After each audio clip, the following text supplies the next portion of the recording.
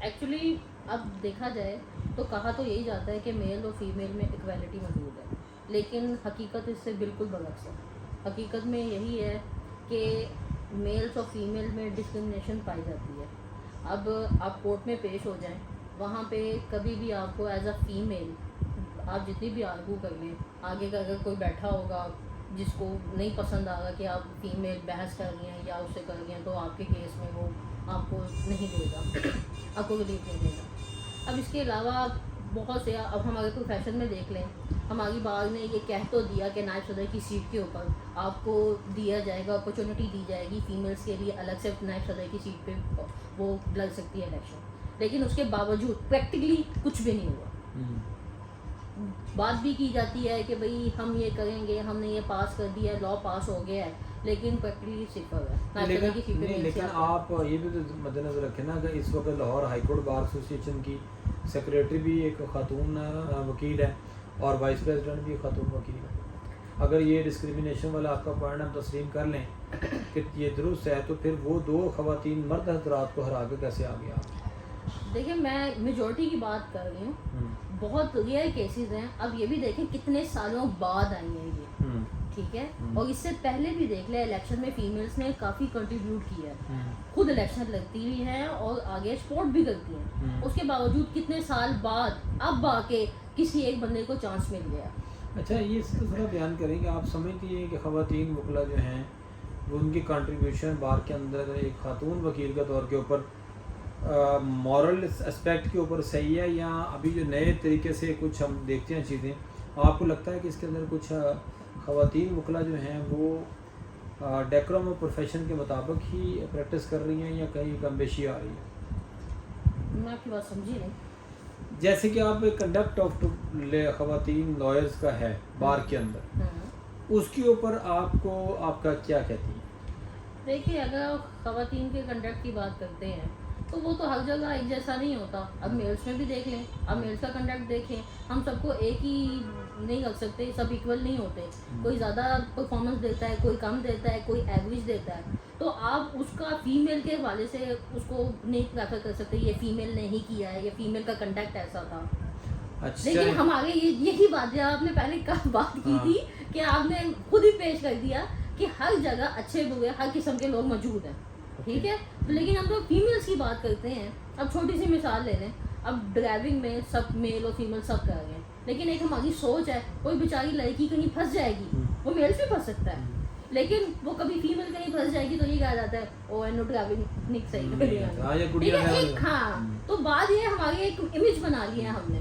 اگر کوئی فیمیل کوئی غلط کنڈکٹ کرتی ہے، کوئی مس یوز کرتی ہے اپنی پاورز کا، تو اس کا ہرگز یہ مطلب نہیں ہے کہ باقی فیمیلز یا لائرز اس طرح کا کام کریں۔ تو بار کے اندر آپ یہ سیٹسفائیڈ ہیں کہ خاتون وکیل اگر آ کے اپنے پروفیشن میں آئے گی تو اس کو وہ اگر چاہے تو گرو کر سکتی ہے، یا اس حد تک اگری کرتی ہیں؟ بالکل کرتی ہوں۔ آپ تو اسٹرگل کر رہے ہیں، محنت میں تو کوئی حرج نہیں ہے، آپ محنت کریں، اللہ تعالیٰ اس میں ضرور ایک برکت ڈالتا ہے۔ اوکے، اب آپ کچھ پوائنٹس بتا سکتی ہیں کہ خواتین وکلا کو کن مسائل کا دراصل سامنا ہے بار کے اندر؟ بار کے اندر تو مختلف مسائل ہیں۔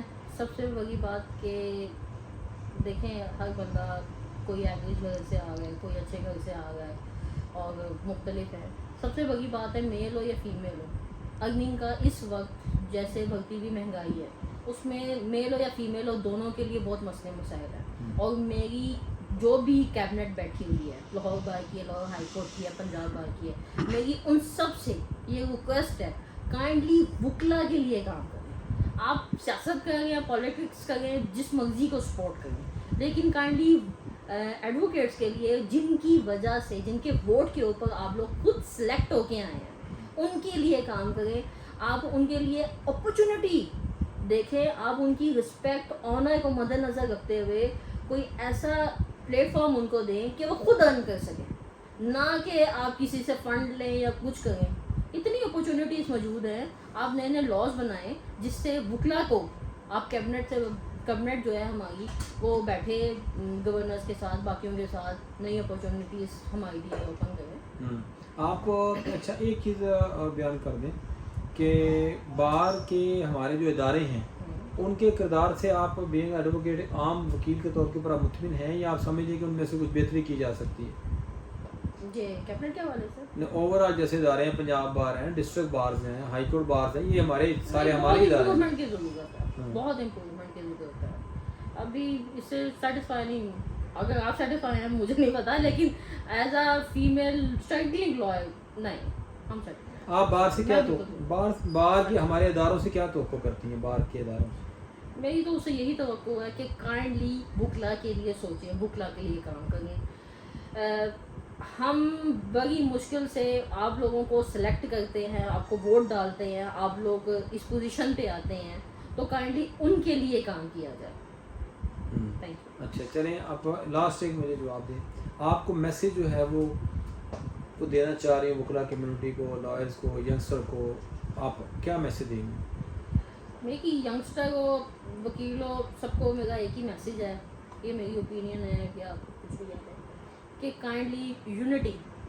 ہم ایز اے لائر، میں نے جب اس فیلڈ کو جوائن کیا تو ایک ریالٹی میں مجھے وکلا کی یونٹی بہت پسند تھی، لیکن اب آہستہ آہستہ میں یہ دیکھ رہی ہوں کہ ہماری یونٹی ختم ہوتی جا رہی ہے.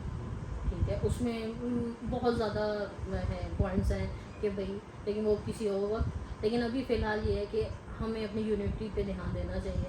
ٹھیک ہے، اس میں کیبنٹ کا اور عام وکیل کا بھی سب سے بڑا ہے. تھینک یو ویری مچ، جب آپ نے ٹائم دیا.